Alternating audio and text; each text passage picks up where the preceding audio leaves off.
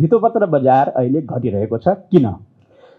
धितोपत्र board सामान्यतया के हो भन्दा यो नियामकीय निकाय हो। यसले मार्केट प्लेइङ फिल्ड दिन्छ, अघि लेभल प्लेइङ फिल्ड दिन्छ।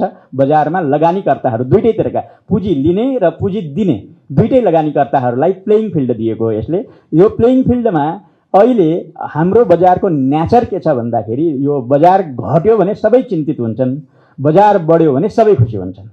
यो बजार जहिले पनि बढिरहनुपर्छ भन्ने मान्यता छ। सामान्यतया सबैले भन्छन् कि बजार बढ्नै पर्यो, तर एकचोटि बढ्नै हो धेरै भने पनि फेरि धितोपत्र बोर्डले के राख्या अनावश्यक रूपमा यसरी बढाएको छ भन्ने क्वेसन पछि आउँछ। तर सामान्य एक्सपेक्टेसन बजारको नेपालको कन्टेस्टमा भन्ने हो भने बजार बढी नै रहनुपर्ने। 3000 मा पुगेर पनि कोही खुसी हुनेवाला छैन, 3500 पुगे पनि हुनेवाला छैन, 5000 पुगे पनि हुनेवाला छैन। यसको कुनै लिमिट छैन।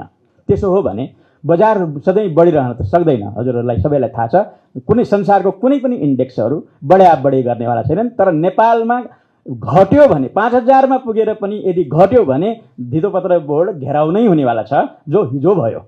हिजो पनि भयो, मैले हिजो सामना गरेर आएँ। मेरो जीवनमा पहिलो पटक घेराउको पनि सामना गरेर आएँ।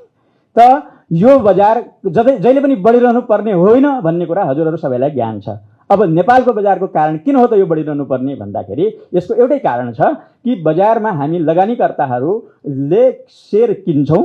सेयर किन्यो एउटा मूल्यमा र हामीलाई रिटर्न हुनुको लागि सेयरको प्राइस बढ्नुपर्छ। त्यो सबैलाई थाहा छ। सेयरको प्राइस नबढिकन हाम्रो रिटर्न आउनेवाला छैन र सबैले रिटर्नको लागि इन्भेस्टमेन्ट गर्ने हो। इन्भेस्टमेन्टको रुल त्यही हो, प्रतिफलकै लागि गर्ने हो र त्यो बढ्नै पर्छ। अब हामीले के गर्यौँ त यसलाई भन्दाखेरि बजार जतासुकै जाओस् इन्भेस्टरहरूले रिटर्न लिने मेकानिजम बनाउँदैछौँ।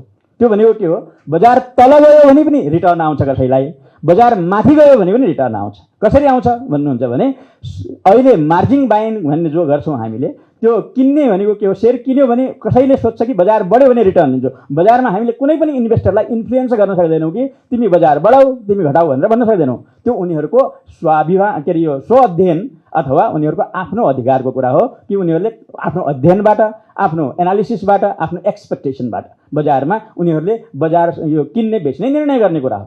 त हामी के गर्दैछौँ भने अब बजारलाई यो एउटा अर्को उपकरण जो यो अहिले बजेटमा पनि आइसकेको छ, कर्पोरेट भनेकै कर्पोरेट खबर।